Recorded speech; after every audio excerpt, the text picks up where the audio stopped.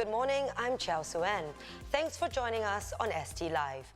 In a year of economic turbulence across the globe, sovereign wealth fund GIC has seen a dip in its returns for the year, even after adjusting for inflation. The fund measures its performance by evaluating returns over a 20-year period. It recorded an annualized rolling 20-year real rate of return of 4.2% for the period ending March 31st, 0.1 percentage points lower than the previous year. Now let's catch up with business correspondent Claire Huang for more. Thanks so much for joining us, Claire. So GIC recording a 0.1 percentage point drop in its rolling 20-year real rate return this year. What drove this drop? Well, in the last financial year, the fund clocked a 4.3% annualized return. It means, on average, every year, its rate of return after factoring in inflation is 4.3%. So this financial year, the annualized return over a 20-year rolling period is 4.2%.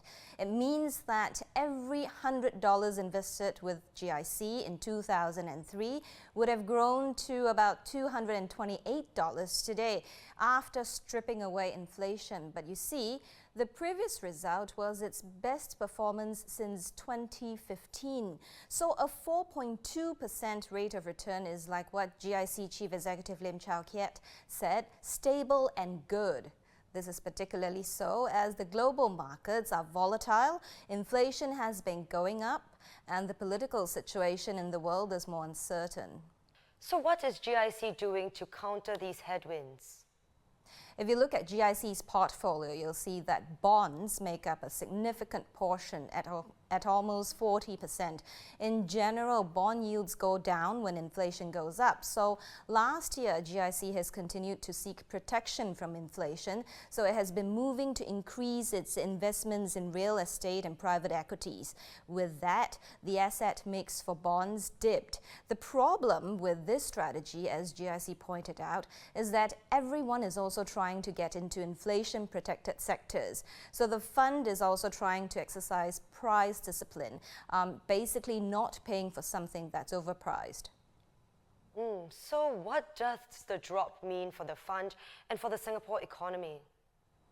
GIC's stable performance comes at a time when the Republic has projected a budgetary deficit of $3 billion for the year. Now, Singapore has been in a budgetary deficit for 3 years, and the annual net investment returns contribution, or NIRC, which is a significant contributor to the government's budget, was an estimated $21.6 billion for 2022. NIRC is derived from up to 50% of the investment returns from the Monetary Authority of Singapore, GIC, Temasek Holdings. Now, Mr. Lim said that the fund's focus is to make sure that it continues to do as well as it could to generate a return so that the government has resources for its budget. Claire Huang there, business correspondent at the Straits Times. You can read more at straitstimes.com. Don't forget to hit subscribe to stay informed and activate the bell icon on YouTube to catch live news updates. I'm Chiao Suen, and thank you for watching.